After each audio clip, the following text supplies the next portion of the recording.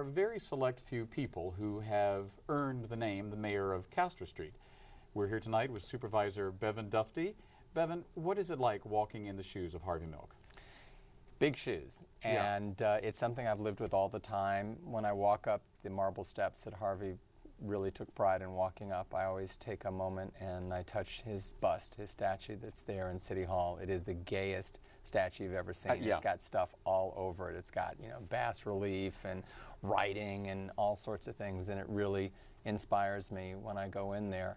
I love Harvey's legacy. I think being out, being true to yourself, being connected to the neighborhoods, being a coalition builder, I think that those are all important lessons for our movement today, and I love and enjoy.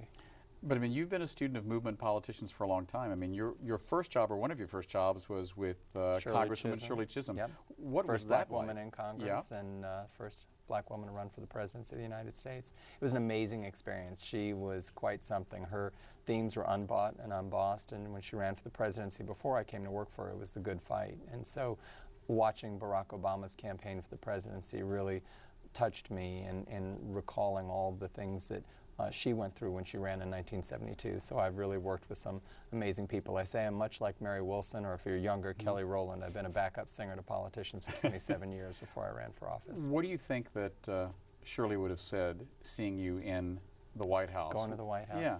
Well, I thought a lot about her because we actually wound up, I went with Stuart Milk, Harvey's nephew who's gay and who received the Medal of Freedom from the president when the ceremony was held in August, along with 15 other great leaders from around the world. And we went exactly to the entrance that I used to drive Mrs. Chisholm to when she went to her weekly leadership meeting with Jimmy Carter, except I had never gotten more than 10 or 15 feet in the door, just escorting her in.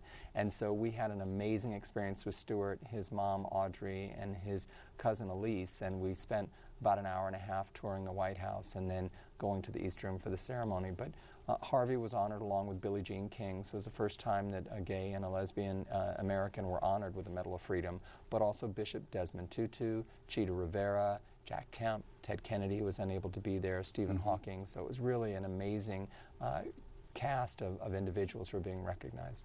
Now, you have had a long history in politics. I remember the first time I met you, you were in neighborhood services in City Hall, and I was always impressed because you always answered your phone, which I was astounded by. My cell phone's on my business card. I got the number, I won't give it out. But was this something you always wanted to do? You might have a good viewer I want to meet. Was this always your path? Yeah, well, no, in a way. I mean, my mother came to America during the war, and I never met any of her family members. And so she raised me by herself, and she was very passionate about civil rights. She worked in jazz. She managed jazz musicians like Charlie Parker. My godmother was Billie Holiday. She worked in the civil rights movement after that era. And so I think in one way I always saw public service as being a very high calling, being able to devote yourself to serving the public and try and address the concerns that they had. But I'd really worked behind the scenes so much that I didn't think it was a possibility. And fortunately for me, Mark Leno was ambitious, and as a city supervisor, he had an opportunity to run for state assembly, and it opened his seat up. And so I jumped in. And so now let me just put something here on the table that I have heard for years, and I don't think it's ever been confirmed on TV, but maybe not. You've talked about your mother, but I hear that your stepmother was Gloria Swanson. Absolutely. Is this true? You'll often see me introducing films at the Silent Film Festival. It's one of the side benefits. My dad, in 1976, married Gloria Swanson, and so she was my stepmother. And so I spent some time with her, and she was very Sunset Boulevard. It was very much. So if you weren't gay already, that did it. I don't think, I will not credit her, because she was also the head of seniors for Reagan. So actually when I met her in 1976, they said to me at the time, please don't say anything to her about politics. You know, certainly not working for Shirley Chisholm, certainly not being a Democrat. She's fairly conservative. And I said, well, given her history with Joe Kennedy, I wouldn't blame her for being a Republican. Running the Castro, maybe that's not the right way to say it, representing the Castro has got to be one of the more challenging supervisorial spots in the city. It keeps me on my toes. I mean, I have seen you in heels, in boas, in suits, in T-shirts. I mean, it's a pretty diverse little group of 10, 15,000 constituents. I think we have an amazing community in the Castro, and it really is a community. It's a small, knit neighborhood where people tend to know one another, and there's a lot of history and people know it about one another. And so I've really always enjoyed the neighborhood because there's a tremendous amount of feedback.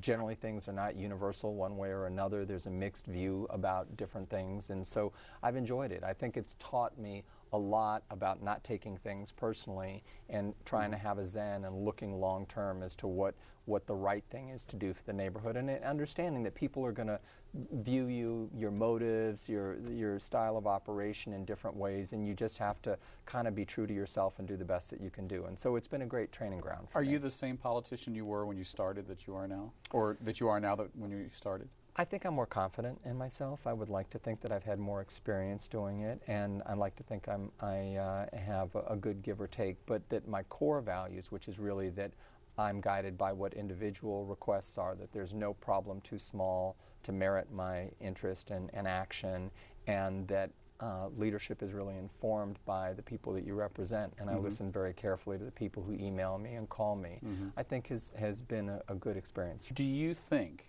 that Halloween helped shape you for maybe something else? I mean, are you going to go from the mayor of Castro Street to the mayor of San Francisco? I certainly am going to run for mayor, and I've made no secret about that. Our mayor, Gavin Newsom, who I'm supporting for governor, is not eligible to seek a third term, and so it is an opening. I think there'll be many candidates running for that seat, but for me, I've worked in city government for 17 years. I think I understand how the city works and what people expect to live in this city. This is an expensive city for people. It's a difficult city in many respects for people to make a living in or find affordable housing in or to have a school that they feel that their kid will do well in. And so I think I'm connected to what those priorities are, and I think I can do a good job of leading the city. We have some of the most dynamic and interesting companies in the world located in the Bay Area, and I think that our city government should be as dynamic and reflective of modern approaches to things in a way in which labor and management are not pitted against one another, where the line employee as well as the department head are on message and understand what the goals and missions are, and that line employee feels as connected to that mission as the person who's the most highly paid who runs the department. It sounds a lot like the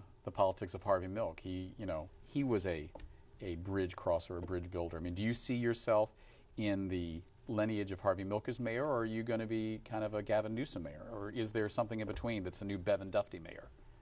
I think I'll be my own person, but I certainly do feel that part of Harvey's legacy was that he probably would have been mayor of San Francisco, and I think that he could have been a U.S. senator. I think that his potential, because of how charismatic and how connected he was to being a small business owner and being a renter and being a transit rider and all these different things and having great relationships with communities of color. I admire so many of these qualities about him, and so I do feel that that is an unfinished part of his legacy. And for me, I feel that I'm someone that has worked behind the scenes, and that I would like to think that I can approach this job without ego per se, but to really want to see this city pop and to make things really happen for people. And again, to run a very dynamic city government. And I think this is the greatest city in the world, and so it would be a tremendous privilege to try and lead it.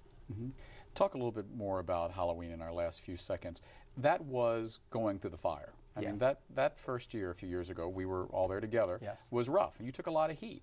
And there were a lot of people who were impressed that you took the heat and stood up. How has it changed? I mean, what are we going to see at Halloween this year in the Castro? Well, Halloween is a Saturday, and one of the difficulties that we always face is that it's not something you get to practice on and then do next week or the next month. It's a once-a-year event, and whether it's the weather or the day of the week, it creates a unique dynamic. So what happened this past year is that we did not have a street closure, so the message went out, Home for Halloween, which I think really communicated that there are events and clubs and activities in neighborhoods throughout San Francisco and throughout the Bay Area, and that the Castro isn't going to be a major street party with hundreds of thousands of people in attendance. And that message seemed to resonate with people. They knew that there wasn't going to be tolerance for illegal or nuisance activity or drinking on the street or violence. And so as a result, we had a great night. And there were people from the neighborhood. There were people who were in costume overwhelmingly. And the clubs good for and business, good for the neighbors. Did well. And I think we intend to see that happen. And I think as we've kind of reclaimed it,